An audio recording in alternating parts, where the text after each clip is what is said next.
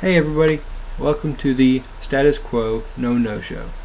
On this show we'll talk a lot about news that you probably haven't heard, history that you probably were never taught, and liberty and freedom, and those who promote it and those who try to take it away from us. Our first issue tonight is going to be campaign finance. A lot of people don't know where the money comes to support these campaigns, these millions of dollars that these front runners have to support their campaigns. We're going to talk about a few of the front runners right now. Mitt Romney, the GOP front runner, his number one campaign contributor was Goldman Sachs. So far this year, they've donated $354,700 to his campaign. Number two is the Credit Suisse Group. This is one of the world's largest securities groups.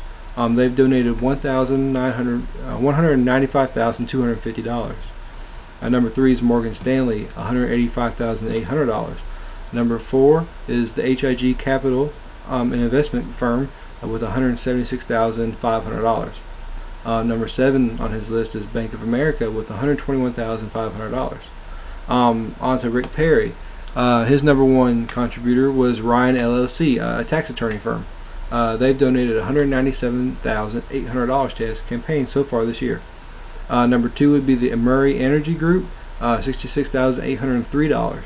And his number five is the Ernst & Young. This is an accounting firm with $45,300. Next we have Obama. Obama's number one campaign contributor is Microsoft with $170,323. Number two is Comcast with $116,000. Number four will be Google with just a little bit over $90,000. Number six is the DLA Piper, one of the largest international law firms. They've donated $79,375 so far this year. Also donating to Obama's campaign are four universities. The Universities of California, Harvard, Columbia, and Stanford, totaling $285,929. My personal favorite who's running is Ron Paul, and his number one campaign contributor are members of the United States Air Force, and they've donated $23,437. Number two would be members of the United States Army, $23,053. Number three, it would be the members of the United States Navy, with $16,973. You know, it's not always about what they say, it's about who's paying them to say it. I mean, it's just ridiculous sometimes about all the money that these companies fork out, and they don't represent you, they just represent these companies that they work for. Next we're going to be moving on to a story that came out of Yemen not too long ago, about a 16-year-old boy who was assassinated. What it was is he was an American citizen, he was born in Colorado, and he was living in Yemen, and the CIA pretty much dropped a missile on him. They sent in a drone and launched a missile into the backyard while he was having a barbecue or a cookout with his friends, and killed him and a bunch of his friends. And they labeled him as a potential terrorist because his father was assassinated a few weeks before. In fact, there have been 3 assassinations in 3 weeks of United States citizens abroad.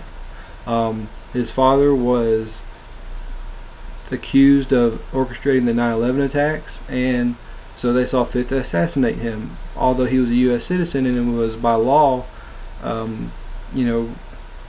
do a fair trial, and they just negated that and just killed him right off the bat.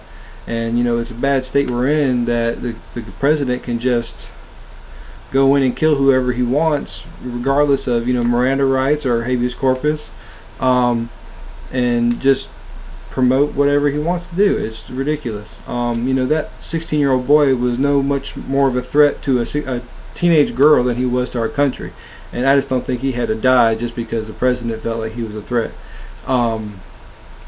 Next we're going to talk about gas prices. Gas prices are way too high. Right now here in Auburn, Alabama, gas is $3.20 a gallon, which is, I'm sure, pretty cheap compared to some of the other places in the world. My issue is not so much with the oil companies or the OPEC or regulation by the government or taxes and things like that. A lot of people have these opinions that all these entities are conspiring against them to raise gas prices, when I really feel that it's just inflation for the most part. In 1925, you could buy a gallon of gas for a dime. In 1925, a dime was 90% silver. That same amount of silver today is worth about $2.72. You know, if you take off the 40 cents worth of taxes that we have on gas now, that would take it down to $2.80 a gallon. And so we're not off by much. You know, it's just mostly the degradation of our currency and inflation, and not being on a commodity-based, you know, standard for our currency, and it's just pretty much worthless now. That's all I have to talk about right now. Thanks for watching. I hope to see you guys again. Thanks a lot.